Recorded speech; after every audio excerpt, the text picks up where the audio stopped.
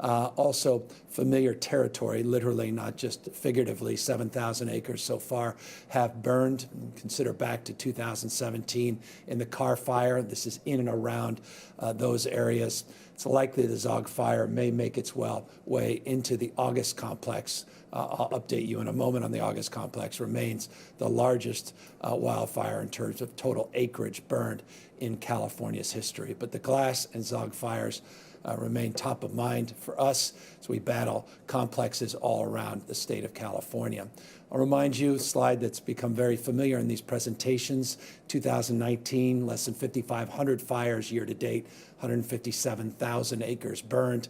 So far this year, 3.75 million acres burned, over 8,136 fires again so far this year, 2020. Still remain vigilant with over 18,000 firefighters actively working these complexes, 27 complexes in total that are currently being suppressed, actively engaged in our suppression efforts. Some 7,100 structures destroyed, and those are the structures that we've been able to identify, recognizing that number. Thus, the plus sign you see there likely is to increase significantly. 26 fatalities, tragically, so far in this historic wildfire season. This season has included these active wildfires I referenced, August being the largest in California's recorded history. Last update was 34% contained. Some 846,000 acres had been burned. The total amount of acreage burned has grown, but not substantially, modestly, to 878,000 acres, now 45% contained. So they are making progress on the August fire, with these winds beginning to subside, to die down a little bit over the course of the afternoon into the early evening. That will help advance some of our efforts in this complex. The northern complex, the Plumas-Lassen area of the state, some 64% contained this time last week, now 78% contained. You see the total number of acres burned has increased modestly, progress being made in that northern complex. The Creek fire, that large fire, substantially impacted by 100+ million dead trees in the area. It's a federal fire, though it's bled into an incident command that's joined with CAL FIRE and the U.S. Forest Service, meaning a joint command. 278,000 acres were burned, 27% contained. Last week, we've made a little progress, 39% containment, and you can see the total acreage burned beginning to subside, meaning we're seeing a plateauing of the growth of that fire. Again, still a stubborn fire, substantially impacted because of that 5-year historic drought, the number of trees that are burned, and some of the territory that it's being impacted is very difficult terrain for our firefighters to work, but progress nonetheless in that area, again, around Fresno and Madera. And finally, just for the purpose of update, I won't go through all 27 complexes, but I wanted to update some real progress on containment in LA County in the Bobcat fire. Just last week, 15% contained, 100,000+ acres. Today, 62% contained. CAL FIRE has done a wonderful job on that fire with their mutual aid system. Again, that was a stubborn fire for a week plus, but that containment now has gone up over the weekend, over the course of this last week, substantial progress in that effort. And so that's the update on our wildfires. Continue to be top of mind as we're now moving into the peak of the wildfire season. This is a time of year you start to experience the Santa Ana winds down in Southern California, which we'll see some activity later this afternoon, overnight into the early part of tomorrow. So we're monitoring that and a lot of prepositioned assets, a lot of vigilance related to those Santa Ana winds. Very familiar to the people in Southern California, but you combine the heat, you combine the dryness, you combine all the other activity that has led to this historic wildfire season. Clearly, we are maintaining our vigilance, and that remains a top area of focus in this state. Northern California, as I said, the winds beginning to die down as the rest of the day. We move through the rest of the day. Very hot temperatures, very dry conditions, and that means we have a chance at least to get some more aircraft in. DC-10 710s, the 747, which become very familiar to the people here in the state of California. 117 aircrafts now working these fires all throughout the state of California. A mutual aid system where we've now requested more additional resources above and beyond the resources we have from 6 different states. But we are, again, fully operationalized in terms of the resourced and very abundant mutual aid system that many of you become very, very familiar with. I want to just thank administration, FEMA, for securing 2 FMAGs in those, the Zag fire and the new fire in Napa County, the glass fire. We're pleased to have received those overnight. We have additional emergency declarations in to the White House more broadly as it relates to addressing the needs of individuals and businesses and counties and communities torn apart because of some of these other active wildfires in the state. As it relates to putting out fires, of figurative terms, we're trying to do what we can to maintain the progress as it relates to the spread and transmission of COVID-19. Here in the state, you see the latest numbers, 2,955 individuals as of September 27th testing positive for COVID-19. That is lower than the 7-day average of 3,367. We're seeing real progress in total number of tests beginning to go back up as we've been able to navigate some of the challenges associated with the heat wave and some of these other fire complexes impacting our daily average of total number of tests conducted. But you see that number coming back up north of 116,000 over the weekend, was north of 150,000 both on Saturday and Sunday. The good news is the positivity rate continues to trend downward. 2.8% positivity rate over a 14-day period. You could take a look at where we were 14 days ago at 3.6% positivity, now down to 2.8%. The 7-day is slightly higher than the 14-day, and I'm going to get to that in a moment at 2.9%. But nonetheless, we're seeing a continuation of the decline that occurs, of course, not surprisingly, not only in the positivity rate, but you're seeing the hospitalization numbers here in the state, a 20% decrease over the course of the last 14 days. ICU admissions tracking similarly at 21% decrease. I say all of this with a point of consideration and caution, though that caution has brought to bear, that consideration rather, not caution, has brought to bear some progress with these county tier reports. Tomorrow, you'll get an update from Dr. Galley every Tuesday on our tier status.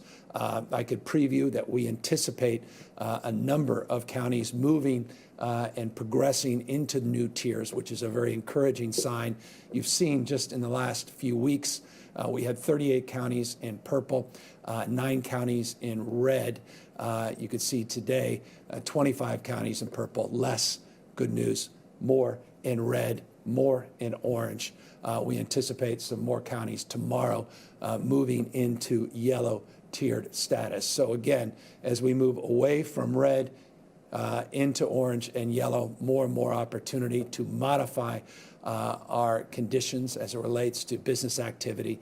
But as I said, there's some points of consideration and caution in these numbers, and I want to just focus on that briefly here for a moment. While it's true we have seen a 3-fold decrease in the total number of cases since our peak mid-July, we are seeing early signs that those decreases are beginning to slow down. They're beginning to plateau as it relates to total number of new cases.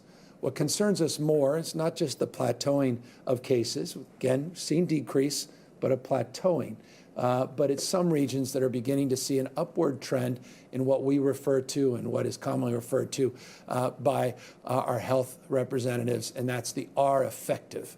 Let's take a look here at 3 different areas of the state where we are seeing some increases, not necessarily in cases, but in terms of the R effective. Here at 0.95%, you'll see in the Bay Area, Alameda, Contra Costa, Santa Clara, among many counties, you can see that trend line where in the last few weeks, the R effective is beginning to march back up. That straight line is the R effective of 1. Anything north of that, we can start seeing an increase in cases. We want to keep that R effective below 1. Currently in the Bay Area, it's now sort of snuck back up to 0.95. You can see here in the lower part of Southern California, and this is around Imperial, Orange, Riverside counties, elsewhere, you can see similar trends. This is at 0.97 are effective in these ensembles of counties, or assemblage of counties that we put forward. Those include San Diego County as well. So still below 1%, the R effective 1 rather, but nonetheless, some concerning trend lines in the last 7, 8, 9, 10 days as it relates to increase of R effective. Let me underscore that trend of concern. And this is what we refer to lazily as the upper Southern California area. More difficult to quantify when you see sort of the ensemble of counties that we included here. Central Coast, a little bit of Central Valley, and the sort of northern part of LA, what we refer to as upper Southern California. This R effective is represented on this slide at 1.02. 1.02 in Kern, LA, San Luis Obispo, Santa Barbara, and Ventura County when you pull them all together.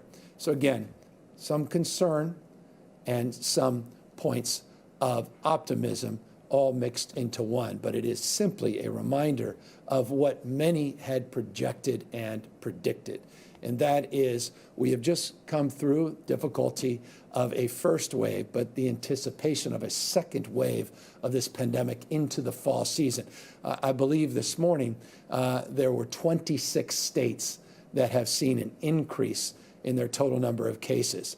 This is, again, what science had predicted. If we go back to our original form, if we're not cautious, if we're not vigilant, if we're not wearing our masks, if we're not practicing social distancing, physical distancing, and hand washing and hygiene, these numbers can start to tip back up, and that's going to put pressure on our tiered plan and put pressure on our ability to reopen not just businesses, but to get our schools open, again, a top priority for each and every one of us. So I cannot impress upon people more the importance of remaining vigilant, the importance of continuing to do the things that all of you have done over the course of the last month and a half, where we have once again tamed the growth of the transmission rate in the state of California. Never over a 14-day period did we present north of 8% positivity rate, substantially better than the vast majority of states in the southern part of the United States, be it Texas and Arizona, obviously places that have highlighted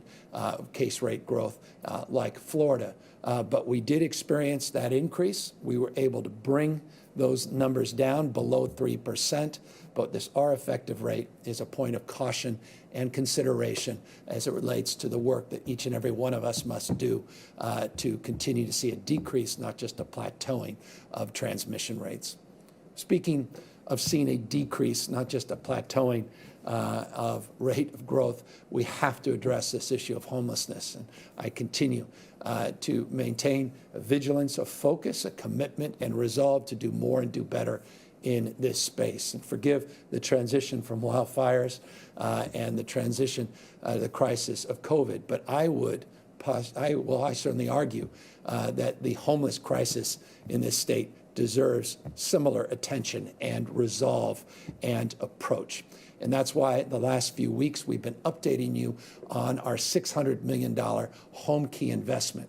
Again, shelters, we believe, solve sleep, housing, and supportive services solve homelessness. This is a frame around housing and supportive services. This is a frame towards transitioning people into some sense of optimism and permanence in terms of moving people off the streets, transitioning them, and getting them back into a mindset of self-sufficiency with support.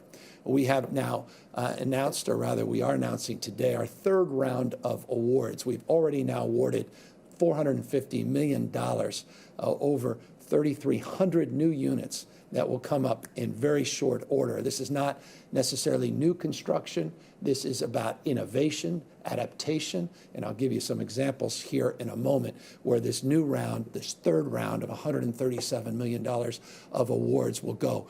19 different projects, 15 jurisdictions. Here's just a sampling of some of those jurisdictions and some of the projects and some of the innovation that we're calling for. And when I say innovation, that's time to project completion as much as it is new strategies. But more important than anything else is moving as this crisis demands with resolve and not waiting 2, 3 years, 4, 5, 6 years, as is often the case between a proposal and a project being completed. But you can see here in Lake County some interim housing regarding permanent housing exits to Larry County, Tehama, Mariposa, focused on seniors and individuals with disabilities. You're seeing innovation in every part of the state, and you're seeing support in parts of the state that haven't received support from the state of California in the past to invest and partner with local counties and local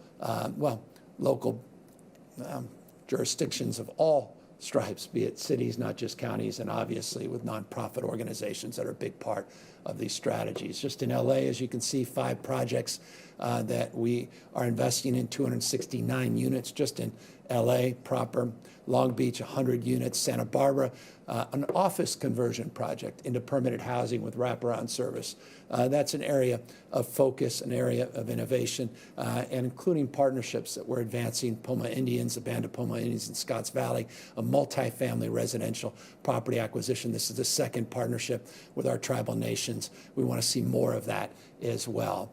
Stockton, I want to thank Mayor Tubbs. He's been very, very innovative in his approach to addressing homelessness in his city. He has a motel conversion, was waiting for this announcement today, including efforts we're making similarly in other parts of the state, including Humboldt, where in motel conversion, similar motel conversion will be taking place very, very shortly.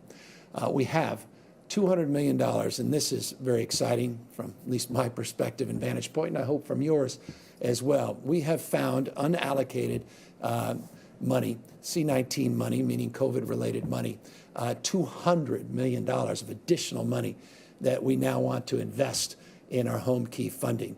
This, we believe, will clear the wait list, or get close. I don't want to overpromise here, but close to clear the wait list for projects that were submitted, this unprecedented number of projects that were submitted, additional 20 more projects pending approval of the Joint Legislative Committee, and I look forward to getting their approval and very grateful for the partnership. Holly Mitchell, many others that are part of that Joint Legislative Committee. Once they sign off on this additional $200 million, we're going to try to get these dollars out into these communities, try to clear as much of that wait list as we possibly can. That will put us at over $800 million in just a few weeks. $800 million in just a few weeks, targeting real solutions, tangible and short-term solutions that will provide long-term supports for homeless individuals in this state. This is without precedent in California's history, and I recognize it's not good enough, and that's why I look forward to updating you on a consistent basis, and I recognize our responsibility to do more, and that's what this $200 million reflects, some creativity and some strategies to advance just that. It's also important that we advance the cause of participating in the census. There's been all kinds of efforts to vandalize the census process. The census process has been impacted by bad public policy decisions coming out of Washington, D.C. It's been advanced and supported by good decisions coming from the courts and sound judgment based upon the law as well.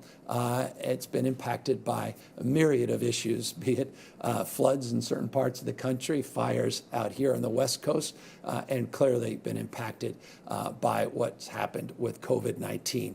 And that's why it's critical, absolutely essential, that all of us participate in the census. And I say now because we don't have much time left. to complete our census forms. Now, the current court decision that went into effect pushed back against efforts by the current administration in Washington, D.C.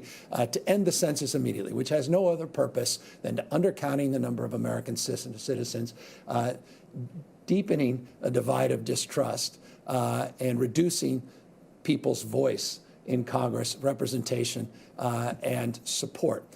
There is no good reason except pure partisan political reasons to disrupt this census process. So we're pushing against all the whitewater, all the headwinds that are coming out of Washington, D.C. And that's why I wanted to update you on these efforts and really try to push this count forward in a way that's deserving of a great state like ours. And why is it important?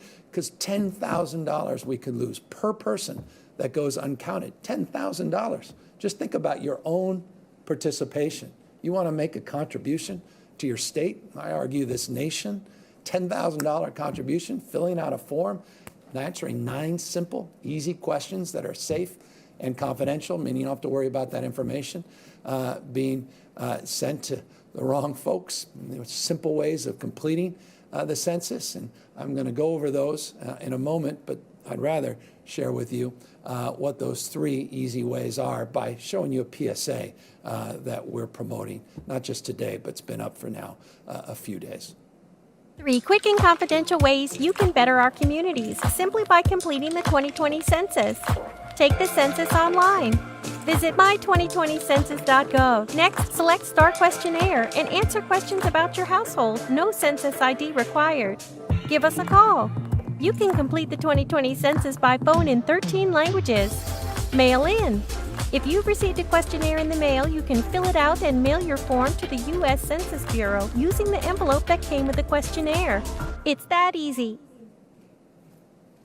And it is that easy. Please go to my2020census.gov, my2020census.gov. If you haven't had the privilege, our collective responsibility as individuals, as active, not inert citizens, to participate in filling out that census. If you can't go online, I encourage you to pick up the phone or take your smartphone, 844-330-2020, 844-330-2020. And otherwise, if you have it, it's been mailed to you, and it's sitting there on your kitchen counter, maybe you can dust it off, fill it out, send it in. We have till October 30th, the end of October, October 31st, I believe it is, though there's efforts, again, to deny that sooner.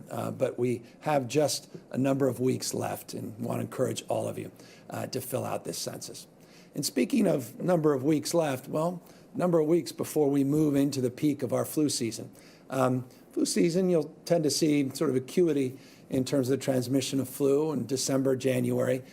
Flu season's just around the corner. We're even seeing some early signs of flu already. Bottom line, this is about protecting yourself in order by getting a flu shot, you protect yourself and you mitigate the impact of what some have referred to as the twindemic of a potential second wave of COVID-19 transmissions and the flu happening concurrently, putting stress, putting pressure on our hospital system at the same time, draining resources and impacting the quality care that all of you deserve and expect of our healthcare delivery system. And that's why getting a flu shot is so important. I have done this every single year as long as I can remember. It is a simple thing to do, and getting a flu shot is a safe thing to do.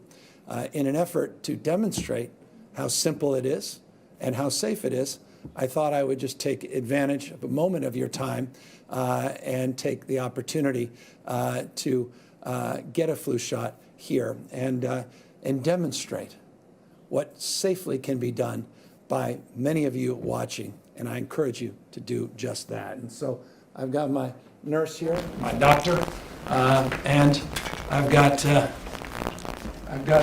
the right shirt, which apparently is an issue. So let's roll up the sleeve. Just relax that arm. All right. I wanted to show my biceps because of mine, but I can't do that. Okay, and just relax.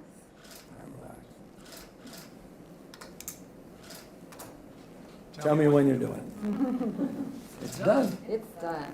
About as simple a thing as any of us can do. So I encourage everybody to get a flu shot. I thank you for this demonstration. And I remind everybody that the flu season is just around the corner. And so I cannot impress upon you more the importance, the power and potency of getting a flu shot, mitigating the spread and transmission of not only the flu, but as well impacting our ability to care for you, your loved ones, members of the community, as it relates to the spread of COVID-19.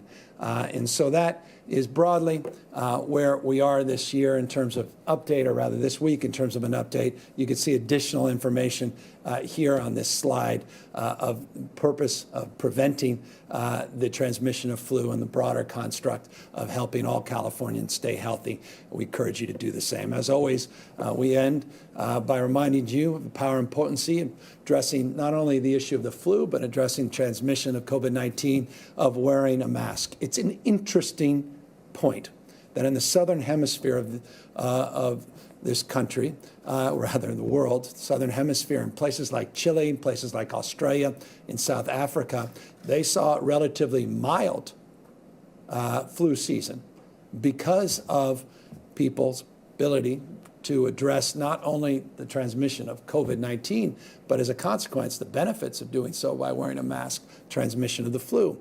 So practicing physical distancing, washing your hands, minimizing mixing, and wearing these masks will also help us with flu season, not just with transmission of COVID-19. So this slide, very familiar to all of you, is even more important in that frame and in light of our pending flu season. So with that, happy to, of course, answer any questions. And again, thank everybody for your time and your attention. Jeremy White, Politico. Hey, Governor. Thanks for giving us some time. You have been among many Democrats who have warned about what the impact of a sixth conservative justice on the Supreme Court would be. I was hoping you could talk with a little more specificity about some California policies, particularly parts of your agenda that you fear could be endangered by a sixth conservative justice. Yeah, I don't want to get too much in the weeds, except to say on social justice, economic justice, environmental justice, broad strokes, I'm very concerned. I'm concerned clearly about tens of millions of people that have pre-existing condition protections because of the ACA, the expansion of the Medicaid system in this country and the impact that could have, millions of people losing the ability to get quality health care as a consequence of the ACA. I'm worried about the environment, the clean air, I'm worried about clean water. I'm worried about the capacity for states like California to continue to lead not just this nation, but lead the world in terms of low carbon green growth. I'm worried broadly about protection of minority communities, the LGBTQ community. I'm worried about a series of issues that obviously present themselves self-evidently as points of concern and points of departure as it relates to precedent, not least of which the impact on Roe v. Wade, the impact on people's freedom of choice, a value we hold dear here in the state of California. And so clearly those are points of concern. 6-3, ideologically conservative majority could be impactful on all of those issues and more for decades potentially to come. So this is a profound moment in our nation's history. And I know that all of us are anxious, at least those of us that share concerns about the stacking of the court from an ideological bent, and obviously makes this election even more essential and more important. Adam Beam, Associated Press.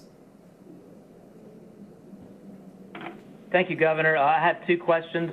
First, while the coronavirus numbers have been improving, Dr. Galley warned last week of an expected increase in cases and a potential 89% jump in hospitalizations in the next month. Now, in some counties, that could mean businesses, again, have to close or restrict services. So what do you say to those business owners who say they can't survive a third shutdown? And secondly, as more schools are now offering classroom instruction, have you and the first partner decided whether your children will attend school in person? Well, it depends when the school makes a decision about whether or not they can move in that direction based on concurrence with the county. There are hundreds of schools, I think north of 600 the last I checked, though I'll happily update you on that number, that have received waivers from all over the state of California in elementary schools. My kids, oldest just turned 11, youngest is 4, so we're in that category broadly. But beyond that, I have no update for you as it relates to my specific status and my family. As it relates to the broader issue of transmission, I would say to all the business men and women, I would tell all the entrepreneurs and parents included that we maintain our vigilance. If we continue to practice physical distancing and social distancing, we minimize mixing. If we abide by these mask mandates, then we can substantially address the concerns that you raised in your inquiry, and that's fundamental and foundational. We all need to maintain our vigilance. As we modify, as we make progress, and we are making progress, you will hear Dr. Galley tomorrow update you on the tiered status. Many new counties are moving into new tiers that will allow them to modify with modification to begin to reopen businesses and the like, that we do so safely and we do so with our eyes wide open, that we again are moving into the fall. And so if people can take seriously and not let their guard down, take seriously this moment as we transition through the fall and hopefully into spring, where we have a vaccine and we can turn the page on COVID-19. If we can do everything in our power to mitigate that spread in the course of the next number of weeks and number of months, then we can avoid the example that you just set forth. Angela Hart, Kaiser Health News. Thank you, Governor. I'm sorry if there's a little bit of background noise. I just wanted to ask you sort of a bigger picture question on healthcare-related legislation. I understand, even if it's more of a broad question, not necessarily asking about a specific bill, with lots of people losing their health care right now, I wonder if there's anything that you're going to do this year from a broad perspective to address some of those challenges legislatively. Is there anything that will help people with coverage or even cost-cutting measures?